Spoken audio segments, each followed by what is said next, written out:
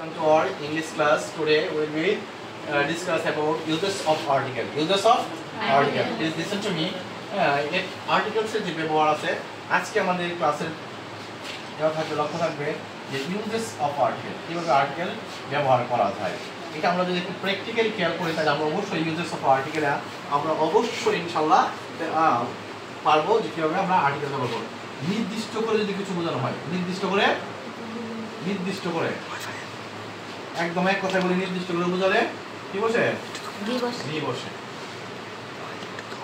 এক নাম্বার এটা যদি বলি নির্দিষ্ট করে বোঝালে বি বসে আর অনির্দিষ্ট করে বোঝালে এ ও এন বসে এবং এন বসে অনির্দিষ্ট করে বোঝালে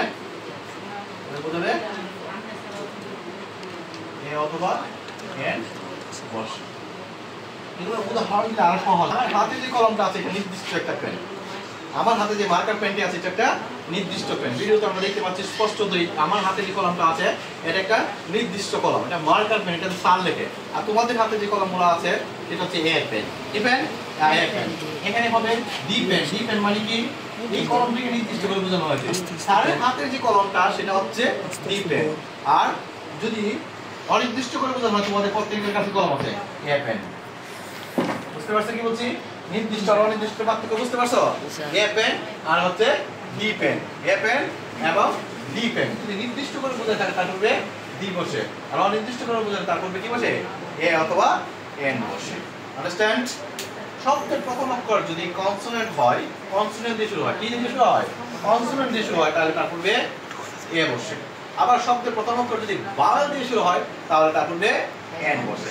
ভাওয়েল চিনি তোমরা? ভাওয়েল হচ্ছে পাঁচটি। ভাওয়েল কয়টি? পাঁচটি। এ ই আই ও ইউ। এর শব্দের প্রথম অক্ষর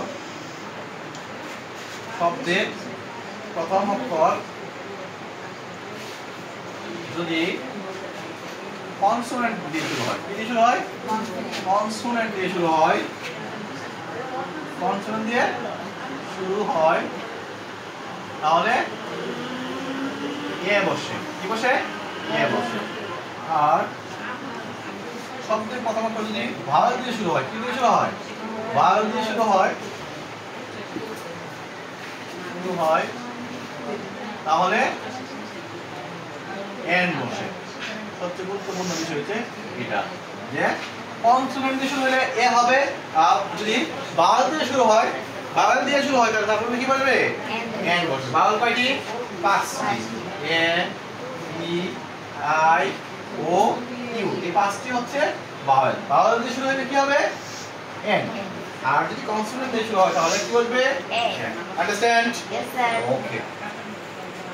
আরেকটা গুরুত্বপূর্ণ নিয়ম আছে, সেটা হচ্ছে একটু বলতে পারি। হ্যাঁ,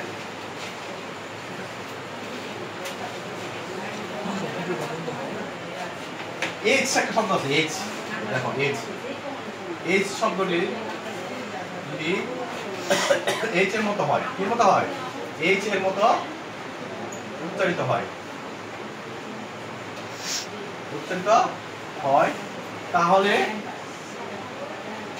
কি বলবে? এ বলবে। তাহলে এ বলবে। এইচ এর মতো যদি উচ্চারিত হয় তাহলে তারপরে কি বলবে? এ বলবে। যেমন হুম বানাই, আমরা বাড়ি বানাই, হুম কি? বাড়ি। এ হুম হবে, কি হবে? এ হুম হবে।